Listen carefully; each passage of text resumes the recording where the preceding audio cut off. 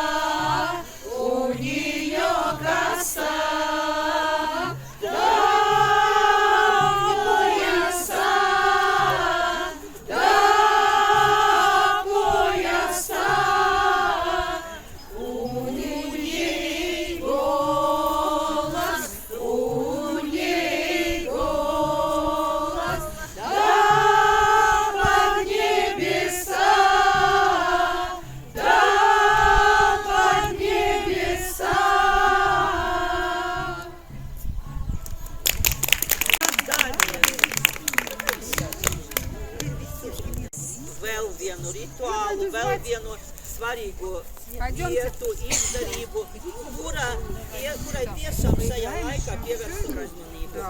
Tas bija Lins.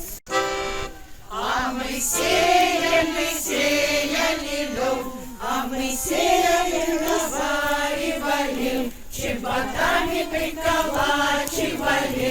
Ты удайся, льдом, ты удайся, мой белый кузнарёк. Лён мой лён, белый лён, справа на горе, слева на крутой. Лён мой зеленой. Мы пололи лён, мы пололи, приговаривали, чеботами приколачивали. Ты удайся, льном, ты удайся, мой белый кужалёк. Лён мой лён, белый лён, справа на горе, слева на крутой. Лён мой зеленой.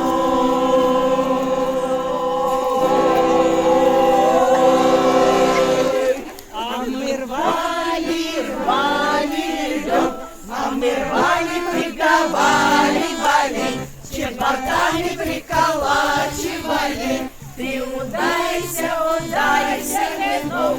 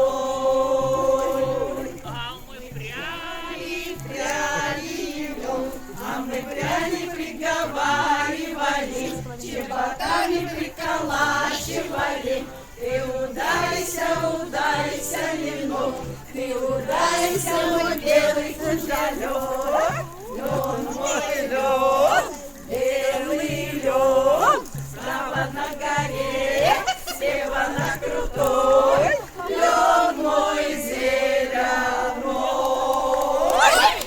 Мы краили, краина лёд, лёд мой лёд, белый лёд, справа на горе, слева на крутой, лёд мой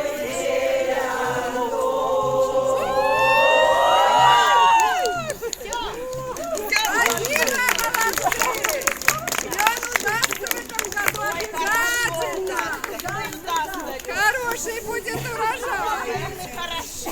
Дальше Хорошо поиграл, поснимал, походил,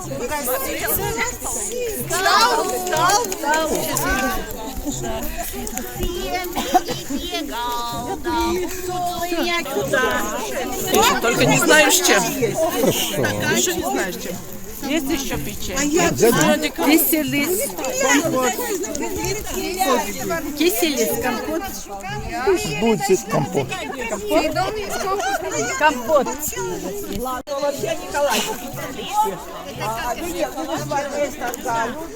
varēs medu, piemēram, tāpēc zils medus. Jā,